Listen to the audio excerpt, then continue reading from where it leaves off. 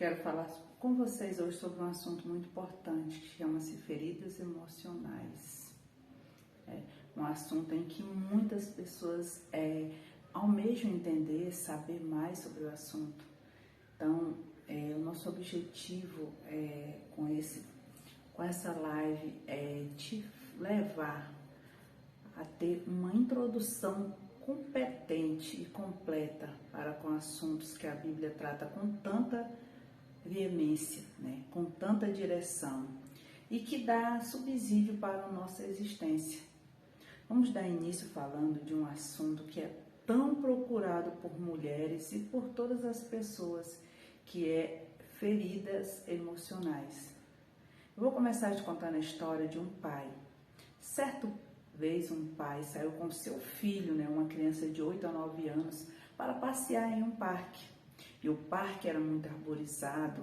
O objetivo daquele pai era que aquele filho aprendesse a valorizar a natureza, os aspectos naturais. Então eles passaram o dia vendo a grama verde, ouvindo o canto dos pássaros, ouvindo o som das águas e a natureza, vendo o sol e recebendo aquele sol na sua pele. Tudo era muito valorizado. A intenção daquele pai era fazer essa transferência de valores. Quando eles estavam indo embora, o menino, observando atentamente a uma árvore, viu que ali havia um casulo e aquilo lhe chamou a atenção. E ele virou para o pai e perguntou, pai, o que é isso? E o pai, percebendo do que se tratava, falou, meu filho, isso é um casulo. É um processo do meio da transformação da lagarta em uma borboleta. E o nome desse processo é metamorfose. O menino curioso olhou para o pai e falou, papai, eu quero pegar. O pai falou, não podemos pegar. Se você pegar, vai atrapalhar o processo. A borboleta não está pronta. É necessário que ela fique aí no casulo até que ela esteja totalmente pronta para voar e as suas asas estejam fortalecidas. Mas, se você convive com uma criança dessa idade, você deve saber como elas são insistentes, como elas querem as coisas. Quando elas colocam uma coisa na cabeça, é difícil.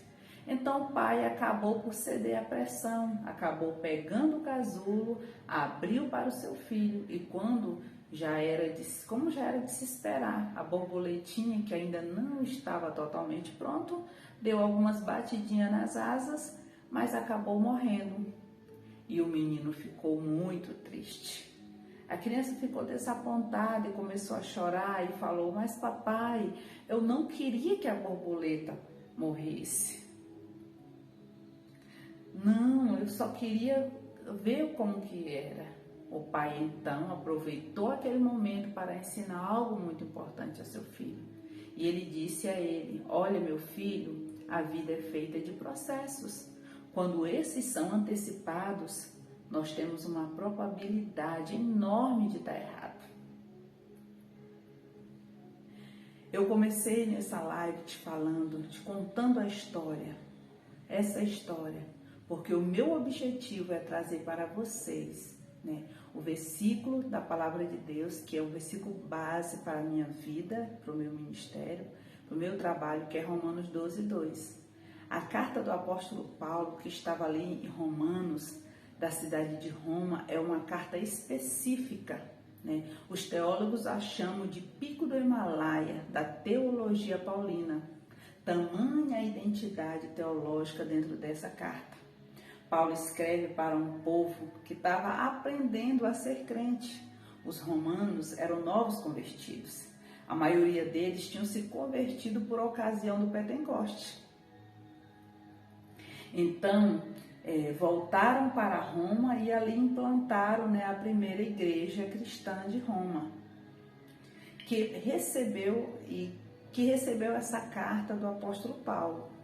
Paulo tinha 2 objetivos a escrever para aquele povo.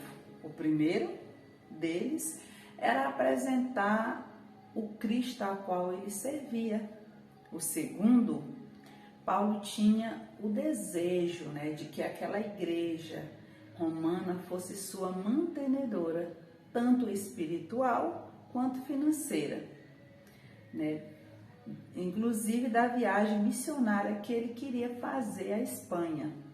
Essa viagem acabou não acontecendo. O apóstolo Paulo morreu antes disso, mas deixou uma apresentação que ainda hoje move todos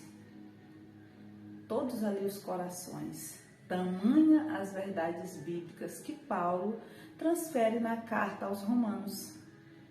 No capítulo 12, versículo 1 e 2, Paulo vai falar sobre a nova vida em Cristo. Aquilo que é esperado de alguém que agora anda com Cristo, e ele diz assim, nesse versículo: rogo-vos, pois, irmãos, pelas misericórdias de Deus, que apresentei o vosso corpo por sacrifício vivo, santo e agradável ao Senhor Deus, que é o vosso culto racional. E não vos conformeis com este século, mas transformai-vos pela renovação da vossa mente, para que experimenteis qual a boa, perfeita e agradável vontade de Deus para a sua vida. Meu objetivo aqui, com essa introdução, é fazer com que você perceba onde estão as feridas. Não há como tratar aquilo que não se conhece. Não há como crer em uma transformação daquilo que não sei o que é. Paulo começa no capítulo 12, versículo 2, fazendo um rogo, um pedido. Ele fala: rogo pelas misericórdias de Deus, que eu vos apresentei agora o seu corpo, Ele está falando de natureza, de tudo aquilo que é completo. E ele diz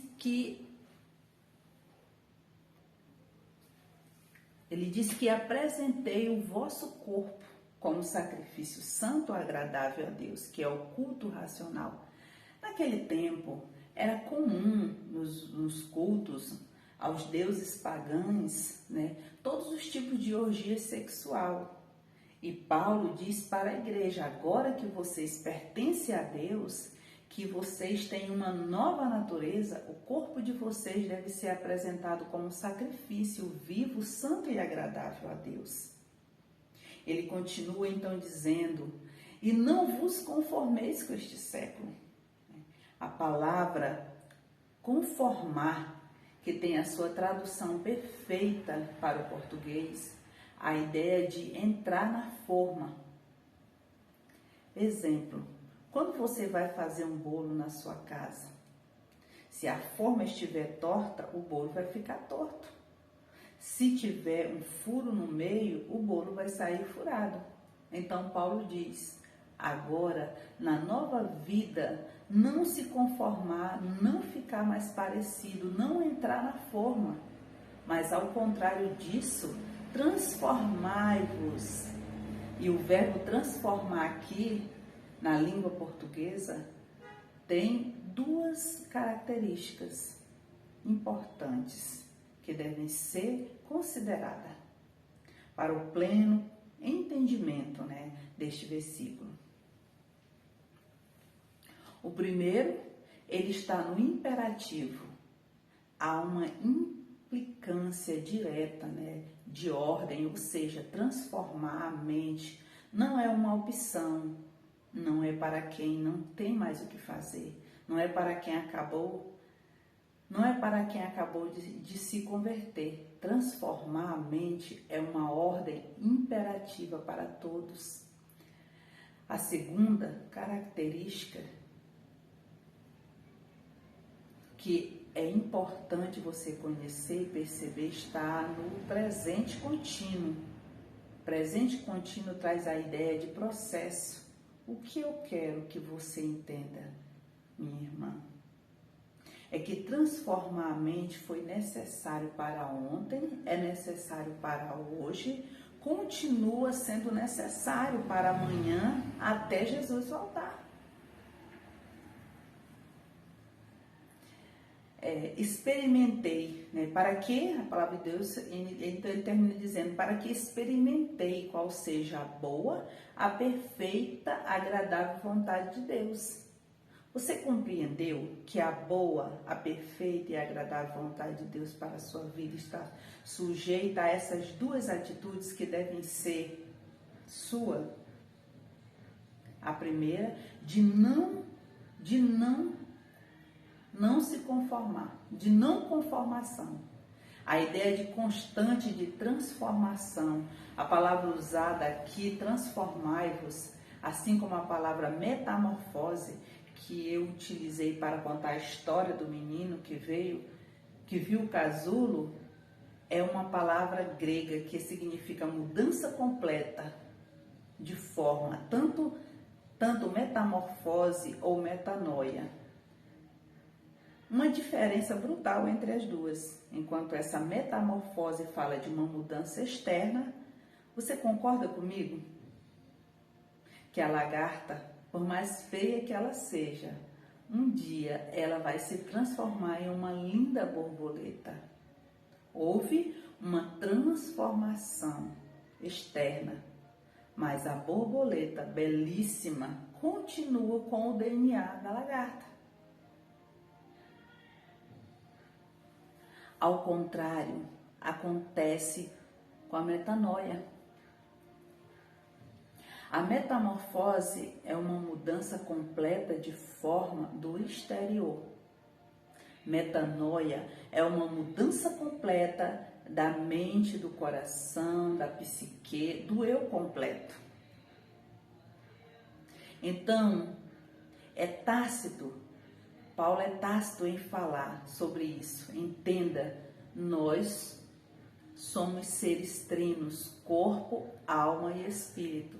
Quando você começa a andar com Jesus, por ocasião da sua conversão, é uma obra imediata, que começa no âmbito do seu espírito. A Bíblia diz que tudo se faz novo.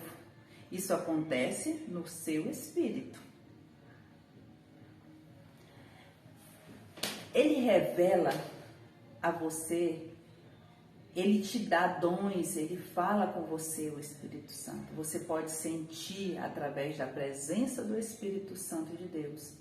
O nosso corpo não muda. Ninguém, por começar a andar com Jesus, deseja emagrecer e num estalar de dedo isso acontece. Ninguém, porque está andando com Jesus, tem a cor dos olhos mudadas. A cor da pele muda, o cabelo muda, não, nada disso. Ninguém, por começar a andar com Jesus, deixa de sentir fome, frio, sede. Nosso corpo nada muda, ele continua sendo finito e limitado.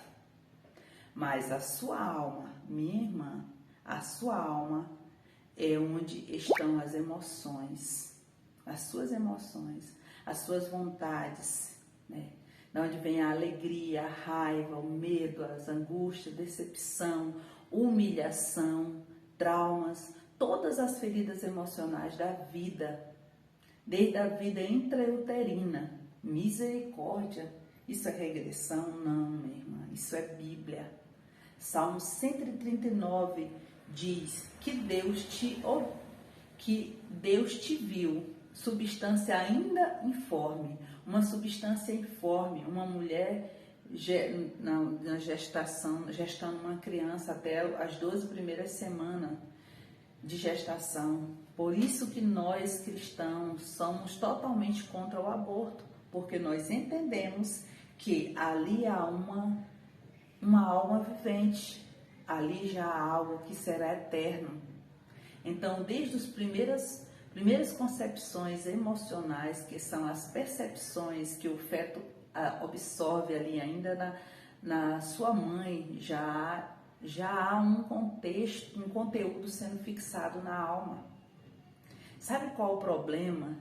É que mesmo depois que você começa a andar com Jesus, diferentemente do Espírito, que é uma obra imediata, diferentemente do corpo, que não vivencia mudança nenhuma, a alma ela é processo. É por isso que Paulo está abordando aqui a alma, minha irmã, a sua mente, a sua alma, o que não pode se conformar com este século, é o que ele está dizendo, que é necessário, há uma necessidade de uma transformação constante. A sua alma, exatamente por isso que muitas vezes a gente, às vezes, vê algumas pessoas e diz, mas essa pessoa há tanto tempo é crente, tanto tempo diz que se converteu, e a gente olha e diz, nem parece que é crente, vive fofocando, criticando, tem o tempo inteiro os outros, não é fiel, compra e não paga. Sabe, nós estamos falando não é de quanto espiritual essa pessoa é, nós estamos falando da incapacidade que ela tem de renovar sua mente, é de não se conformar com este século e o fim disso é o não alcance da boa, perfeita e agradável vontade de Deus. Quando a pessoa não busca essa transformação, também não alcança esses benefícios. Eu vou te dar um exemplo. Nós, os pentecostais, acreditamos nos dons de falar em língua e outros dons. Um exemplo, mas esse é só um exemplo que eu estou te dando, mas eu quero te lembrar, minha irmã querida, que dentro desse processo de transformação que te é exigido, que te é necessário, que falar em línguas é um dom, mas segurar a língua é um fruto do Espírito Santo. Não adianta muito em falar em línguas se não houver um segurar, um controle da língua. Isso já é inteligência emocional.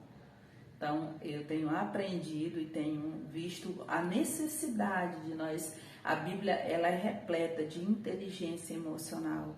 É algo que nós cristãos também precisamos desenvolver, essa inteligência emocional, para que a gente venha a evoluir, que nós não venhamos a nos conformar, a ficar ali numa forma o tempo todo, mas que nós venhamos procurar a nos transformar dia após dia, porque só assim nós vamos poder experimentar a boa, perfeita e agradável vontade de Deus para nossas vidas.